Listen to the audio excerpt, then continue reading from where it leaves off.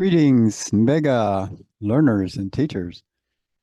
This is feedback before the final two decisions of the 8-week course, which are decisions 4 and 5. This is Coach Tommy Halstead. We call this Beyond Mega because BEYOND means before your next decision. And we had Beyond 1 and 2, which is before decision 1, initially before decision 2. And then we had one beyond 2, which was the third decision, which we just completed. And these are some of the results from the third decision on the screen. So this is beyond 3, which is preparing you for 4 and 5.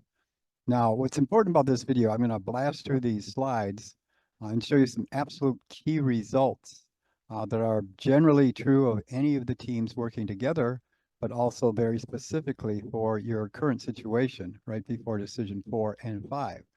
I encourage you to stop the video, take notes, take a screenshot. These slides are available in pieces from your own interface. You do have to compile them from other financials, which I've done here already, but I need to just quickly go through these so you can at least take a screenshot. So you need to fast forward, do it, and then take another shot, and so you're not listening to me the whole time. But I do have some important points and tips. Now, and just to start out with a softball, get this to work. There we go. These are the results of our last run, and you'll see that yellow, then green, then red, then purple, then blue, which is this third decision, yellow, then green, then red, then purple, then blue, are the shifting orders of our teams in terms of their placements. So now the other interesting thing about this is if you look at the return on capital employed, what's familiar about this? Yellow, green, red, purple, blue. Yeah. So ROCE, as you can see on my hat up here, maybe you can, just little, ROCE, return on capital employed, is absolutely, of the 6 parameters, one of the most crucial in terms of how you end up in this last 4th and 5th decision. And hats off to green. Look at green, came from a very low dip there all the way up through 2nd place and breathing down the neck. You can see there's 3 that have been very close traditionally, although blue, you'll see that this is ROCE, but blue has dropped off when we take a closer look at that, and we'll see why. Blue started out with a lower cash position, and that's part of the problem. Now here is like an absolute crucial order versus sales. And when sales here, of course, are booked or delivered. That's how we do it in the US. When they're delivered, it's a sale. So these are actually deliveries. This is how much we can deliver, and these are the orders. All this in between here is burned, wasted money and cash. And this means we've got our engineering and marketing sliders set up too high for what we can actually produce. So we're generating a huge number of orders and interest and market share. We can't fulfill them because our production is not keeping up. And we'll look at some of the numbers by model line and by team, but this is absolutely crucial. And we can build these from our own team by team, model by model, line by line, variant by variant.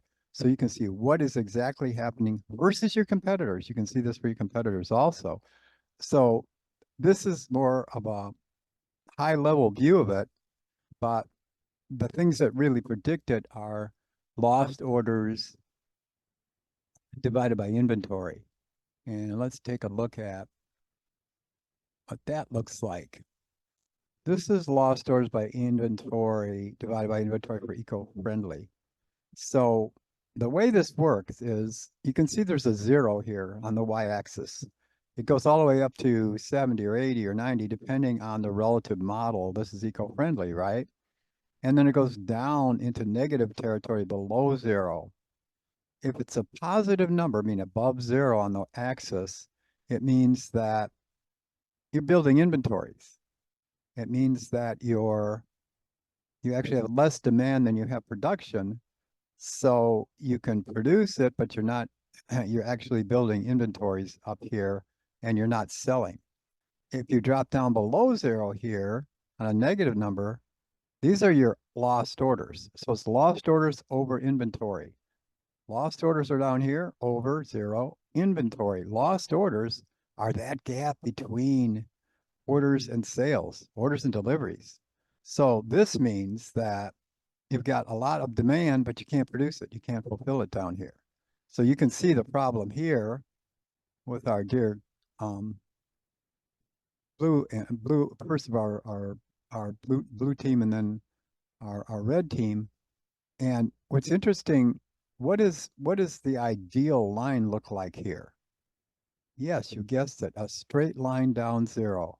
If you have zero, that means the y-axis has a perfect alignment of demand and production.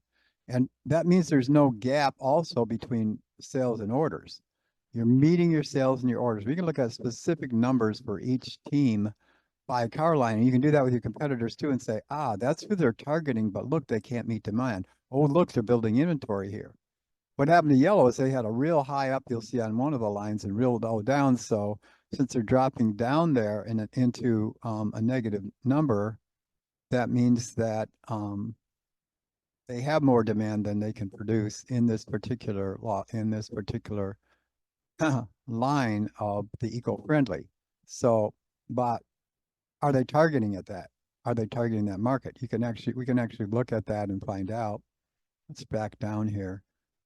What do we got going on here? This is the family, the same thing. There's the opposite situation. Now, in all the other ones, you'll see for all the other decisions, yellow is almost like right down there in the center. That's one of the reasons they've been doing so well in this universe, because they've been very well balancing their capex, which is building their plant and their factory, and their ROS, which is their return, because of balancing the demand with revenue, of course, and EBIT. And so that's been down the center. Here we see what's building here. Right, they're building some inventory and family. They're targeting that for a future period, so you can see what they're doing, but you see at the next decision, this could be a risk or it could be a vulnerability. So if you're green trying to breathe down their back or kind of jump from blue up to the top like green did, you can say, is this a weakness here? Is inventory building here? Are they going to be having to lower the prices? And is this a place that I want to be competing in or not? Same thing with image. We've got a similar situation, only this time with red, where red is way positive, which means they're producing like crazy, but they don't have demand. So it's sort of the opposite of diving down here. And this is very interesting because look at how much higher this is. Red drove this up so high because there's so much excess inventory. So you can look in image and say, is there going to be a big dump happening in decision 4? What's red going to do? We're not sure.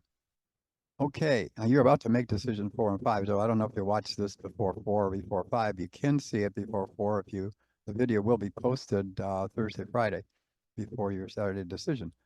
But look what's interesting about this. Look at image. Image is a fascinating line because almost all the teams have done a great job of staying near zero here, of matching their demand to their supply in the image line. That's what we want to see. Close, tight there. You're not wasting a lot of money, which means you're not over marketing, you're not over engineering and creating that gap between the two. All right, what do we got here? This is low cost. Interesting situation. Zero has been, it's a little more balanced, but there's a lot more negatives here, which means that there is more demand than we can meet here. When you get these low dips like this, you've built a lot of marketing up, but you haven't built your plants up and your CapEx investment up. So you can see how red took a dive and went a little bit too far there, but they did average closer to zero. And these are all kind of in the zero, these last few decisions, although there was a big scramble up here with changing, reacting to competitors. And in this case, blue, you can see one of the problems why blue came in so low because they're so high here. When they're that high here, that means that they're producing like crazy, but there's no demand. So, and which means they're building inventory, right? So you've got inventory, lost orders over inventory. So where are we going down here? And you will see that in the individual numbers also. this is our, speaking of low cost, this is our rows on low cost. And you can actually look at who's getting the higher, who's investing more money and getting a better return on their capital in each line. In this case, red is knocking the cover off the ball. They're saying, wow, look at this. We're really growing up here. And everybody is not doing too bad in terms of at least trying to get into a positive territory here. And low cost is helping with that, which means we have good EBITs and good margins and have good demand and a good match to production. And low cost is like that a lot. That's kind of one of the characteristics of that line. Let's see, what else do we have? Image roast. Image roast is interesting. You're like, okay, gosh, who's targeting image? I wonder. There's our team leaders. And look at this. It's almost, again, as we showed last time, um, close to the standings, although blue and red kind of got switched around here. And green is tied with purple here in terms of image. So you can see who's competing where and which lines. And this is obviously trimodal, not just bimodal. So you're not going to get any normal distribution out of this. You've got three distinct groups, with yellow being in a category by themselves in terms of how they've targeted image and how it's really resulted in their roast there. A similar thing with family. There was early targeting, you can see, by yellow, and it's evened off there. Red is doing fantastic there, which is why there's this, there's yellow way at the top, blue, who ran out of money early in the first decision. They not only ran out of money, but also needed government help. So that's been a struggle on the cash flow side. And what's the main thing that affects your cash flow, other than margins of revenue and sales, is CapEx. Your capital expenditures, building plants, trying to match supply and demand can just eat cash faster than anything, or it can also cost a lot of cash. But what's interesting is when you look at the green team, then came in second, and how their strategy has been in family. I'm not going to give this whole thing away, but you can see who is targeting which from these if you look at them carefully. And again, yellow, green, red, purple, blue. How does eco tie in for their own return on capital employees, or their, it's, the formula, it's basically EBIT. It's EBIT turns, or EBIT divided by assets minus current liabilities. So, it is the turns of the capital that goes against the returns, turns against returns. So ROS, in a way, is a return on turns, or a return on EBIT. But in fact, sometimes we call it, the French call it RONE, returns, RONAE, return on net assets employed. We call it EBIT turns sometimes in the US, but this is why ROS is so important. And we'll look at in a second, what can we do about it? But this is really what's going on. Where is the most important place to invest, maximize our ROS and our accumulated retained earnings, which, Professor Paul is always saying, don't forget retained earnings, because that's another way that we're funding. If you see the value proposition, if you've read that book, value is created by how much of our own money versus OPM, other people's money, leverage, how much are we using retained earnings, and where are we generating enough cash to be past break even. And that's the thing about leverage. There's nothing wrong with debt as long as the leverage is working against production and revenue, and you're matching supply to demand. In fact, there's a point there at break even where above break even, leverage is like printing money in the basin. It's like hugely creating wealth. Below it, the carburetor is sucking air. There's no fuel, and you go bankrupt as fast as you went up, because leverage is like that. It's a multiplier positively above break even, and very fast negatively below. And the other curve is risk and return. And the more risk you take, including leverage, the more return you get right up to bankruptcy. Because when you cross over too much risk and you're below break even, you fail even faster if you're using debt at fixed interest costs and the fixed costs of keeping your plant going. But anyway, here's the two sides. We've got an investment rate, which is, supply, our inventories, our assets, and we got our growth. So we got demand, and we got inventory plus our capacity. So what can we make, and what do we have to sell? And capacity, of course, is a funnel. It starts at what the plant capacity would be and then is reduced by 5 or 6 factors, which you'll see in your student cheat sheet. One of the most important of which is field failure rates. If you've over-engineered and you have a lot of new features, but you're selling a lot, you'll have higher field failure rates, and you'll find it's affecting this side is then affecting that side, and this is being dropped down because you cannot produce. This is just a fancy way of looking at the orders versus the lost orders over inventory, or the orders curve up here, and the sales curve or the deliveries curve down here. And when there's a big gap, that means these are out of balance. It means that your investment rate's not, and your CapEx is not matching your gross. Ideally, there's no gap between demand and our offerings. We really have figured out what our market likes and engineered to meet that market. We can look at some actual, let's see what we got here. Yeah, that's our previous winners, because there's our yellow on that. Yeah, that's our previous winners there. And you can see how these shifted and have gone back and forth. We already looked at that, so we're good on that. All right, here's kind of a student sheet that's been changed a little, where I added, let me get the picture out of the way there. Here's how we increase rows. And all 6 factors are tied in. When I went to the mega people in Europe and said, you know, this loss over orders over inventory is amazing. And they said, yeah, it's the one thing that really predicts all 6 indicators from HR and CO2 to everything else. And this is the reason you got CapEx and rows tied so closely together to earnings here. And this is kind of the overall business model when you're changing all of those various sliders in marketing and in engineering, and then looking at the budget and matching it to that, and then looking at the corporate expenses and matching those to that. And so, you know, all 5 steps you take in every decision tie back to this, because this is our major goal versus competition in each of those lines. Which of our lines do we want to raise the price in that will have co-opetition, where we're not going to be fighting to destroy the market? And Blue Team has had some problems with the cash flow, so they've kind of had to do some things with price that have sent wrinkles throughout the market. But they could still do very well. If you look at these numbers and you take some screenshots, you'll see exactly what's going on, because I'm going to show you some big Easter eggs, cheats, hints in a second. But this is important to know, the turns of your capital expenditures.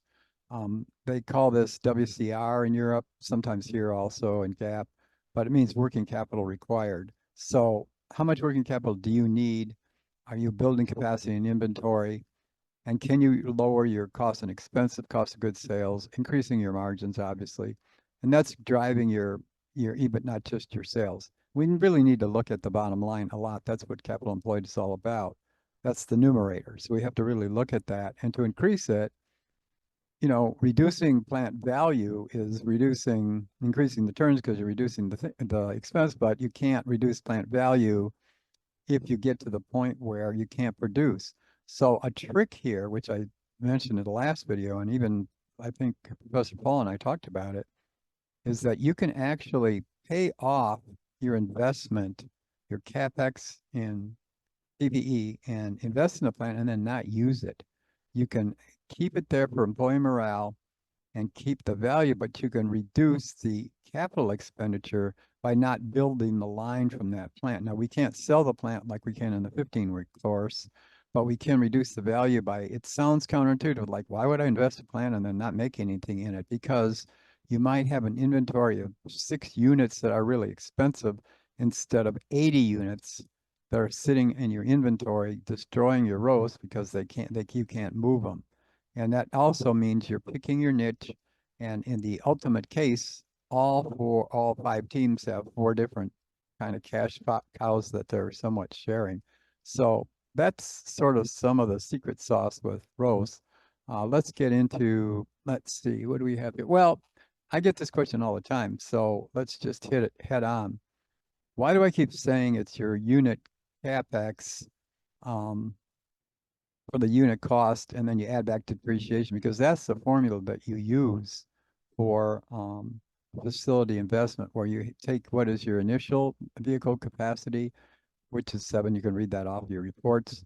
You got to have the capex per unit. So it's um, kind of the what is the unit this period versus next period, which gives you obviously a snapshot in time, and then you'll be able to see what are the facility investments for the number of vehicles you want. And it's good to do it, per unit, and that way you can just multiply it out and see how the forecasts work. Um, Remember this, we type this in, changing car specs can modify the per unit capex. So you can actually model that as you change those sliders on specs. And I got another. So this is kind of the answer to the person that said, hey, what is the formula? How do we know what to spend? Some people are saying a lot, some less. Well, you got to cover depreciation because that's what keeps your plant from falling apart. And that's required. So that's where you should start with in terms of your investment. And then the second step is, where's your demand going to be and how do you want to meet that with production? And there's been a lot of engineering in this universe. And this is one of the reasons is that what is your customer elasticity of demand and price? It's where is their sensitivity? In this particular example, it's at 7. And if you're engineering to 10, let's say these are variants, model lines, okay, within a model. Now, I got another question on this. I've got my chat going. I'm getting questions for this too. Okay, it's saying okay, if this slider was um, models within units, does 3 equals 3? No, these sliders do not mean you've got 5 or 7 or 8 or 9 different model lines within low cost. It just means how many more do you have or how many more features do you have? And yet the features don't, if you do 4 model lines, it doesn't mean they apply to those individually. It means if you pick robustness, it goes against low cost and is spread between the different models. So that's the answer to that. How does that work? And, there's a sweet spot. A lot of you do 3 and 4. In this case, 7 is the real sensitivity. So you can see how these work, that if you're below that and the appeal is not there, or if you're above it, then you're spending money you're wasting. This is the wasted money. One of the factors of the wasted money between orders and sales, where you're not putting enough into production because you're spending all that money on marketing, deriving a bunch of demand. You don't have enough cash left for your capex, so you're not producing what you need to produce. So that has happened in several of the different cases. Now, these are some specifics. Get this picture out of the way. All right, so this is differences between the teams at decision 3. So take a shot at this and think about it for decision 4 in terms of engineering appeal. And if you look at, it's amazing. If you look at yellow, there are some outliers there, but they're mostly in the green and the blue. They've done really good job of matching their production, their demand to their sales. You can see that we have a problem down here with green, but just remember, this is just eco. This is only one car line, and you'll see they're at 100% in other places. But when you look at the difference between sales and demand, it's fairly close along these lines, but you may have lower sales and higher demand. There's our curve going up into the inventory category. And also you have it then dropping down into the lost orders category as well. So, and you can just tell by these numbers how that's happening. Then how does it affect EBIT? And how has yellow hit close to trying to be getting close to 100? And then you can look at what's left in terms of inventory. You can see blue is got enough inventory for sales. Yellow does.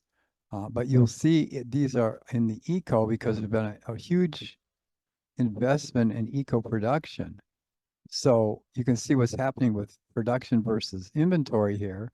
And when you're almost at 100%, you're not going to have a lot. So green and yellow, number 1 and number 2, did a fantastic job, closely followed by red.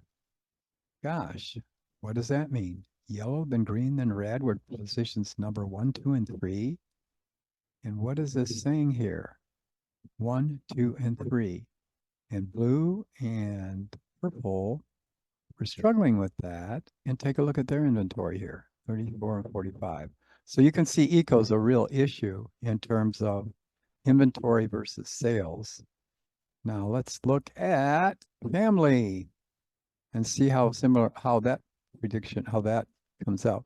In fact, in family, we have a real issue here with marketing appeal for purple.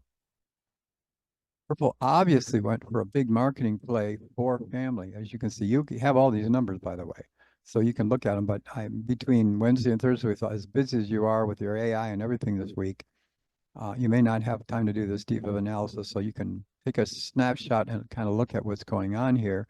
But if you look at these numbers in terms of marketing appeal and what's being invested, and then you get down to your roast. Where's my roast? It should be here. And look down at your roast. Look at this. Isn't that interesting? And look at your EBITs. What a giant bath there compared to for purple. And then what about blue? How is blue doing on family? Remember, these are just one, so you got to add all four together to see what's going on. But you can see what's interesting about blue here is that if you look at remaining inventory, purple and blue, they're gone. And you look at yellow, there's plenty of inventory here for family. So it's clearly an investment area that they made. Remember, they peaked up in a little bit above zero there because we saw they were building in family. It was one of their strategies. So you can tease out and figure out what did everybody decide to do here by looking at these numbers. I try not to say too much that favors or favors any one team because there's a lot more to be said, but this is something you guys are supposed to be figuring out. So I don't want to give it away or tip it, but I'm just showing you where to look because these are your last decisions. This will really help you in terms of your final presentation and figuring out what do we show in our annexes, what do we show in our exhibits we tried to do, and then what happened. Um, so did we look at, oh yeah, we looked at demand and sales here. And I think wasn't blue problematic? Or was it purple? Oh, blue, yeah, blue here is got 99 sales and 127 demand. Oh boy. So we're looking at some over engineering here and some over marketing here. So if you look at marketing appeal, if marketing appeal is around 100%, you're doing well. If it's like 50%, you're under investing. If it's like 200%, you're putting a huge amount more money that's just being burned between production and demand and delivered sales. So, and of course, cost of goods sales really affects EBIT and ARE, which is important. So again, looking at the inventory, looking at your demand versus your sales, and is there a big gap there? Meaning, are we wasting a whole bunch of money on that instead of focusing on an area? Whoops, this kind of got, let me get this back here. It's not working. Let me get this closer to the center of the screen here. See if I can move this over. All right, guys, stop. Gotta get this over to the left a little. I gotta get this down a little. Red, blue, yellow. There we go. Okay, so what do we got going on here? Isn't this image? Yeah, this is image. Okay. Wait, let me go back here. This just did not load correctly. There we go. That's better. All right. Now looking at image, similar things are happening, but we can see who's investing in image and how are they doing in terms of engineering versus marketing, what's too low, what's too high. And in general, that's image is fairly well done. It's an interesting, more mature line, but has marketing appeal goes a long way, as well as engineering. So you don't see any, you have some under, but not too many overs here. If you look at blue kind of versus yellow and compare these, you can see that they're fairly close in most of these areas until you get down to I think sales are close to 100% on all of these. There is 74 versus 90 here. So there is, purple's having a little bit of problem here in image in terms of delivering. You can see that. That means that lost orders over inventory curve is peaking upwards. And then you've got to look at, I think there's a big swing in actual inventory here of image because there's been some investment but no production. I thought yellow even had a, yeah, look at yellow here. Oh my gosh, we're out of inventory in purple, 0. That's interesting. I mean, we don't want this to be really high if we've actually invested in this and we're going toward next period, but red is fascinating because red came in third and they're neck and neck, but look at their inventory here. That's something you should look at for next period and think about if you're targeting image. I won't tell you how you're supposed to think about it, but you are. All right, what do we got going on here? Low cost. Oh no, one of our favorites. All right, let's see if we can't bring this up over this way. All right, low cost, get all the pictures out of the way. Yeah, this is kind of our last sort of who's been having some problems with this. And green has invested a lot in low cost. I'm sure you figured that out already. And yellow's done real well on it. But I think blue has been having an issue with engineering appeal compared to marketing appeal with low cost, because you can overinvest in engineering and marketing easily with low cost because the customers do not perceive it as effective. Look at red is interesting. Effective marketing appeal versus actual engineering appeal. That's really interesting. Yeah, I can see that's gonna happen with inventory problems. Someone with red. What is inventory? Oh yeah, red's got no inventory left at all, and purple's got 1. So it's interesting how they're targeting inventory versus the next period. And how are we doing on supply and demand here? In demand versus sales, our percents. Purple has a problem. Purple made a big investment in marketing again, was it? Yes, that made a big investment in marketing for low cost.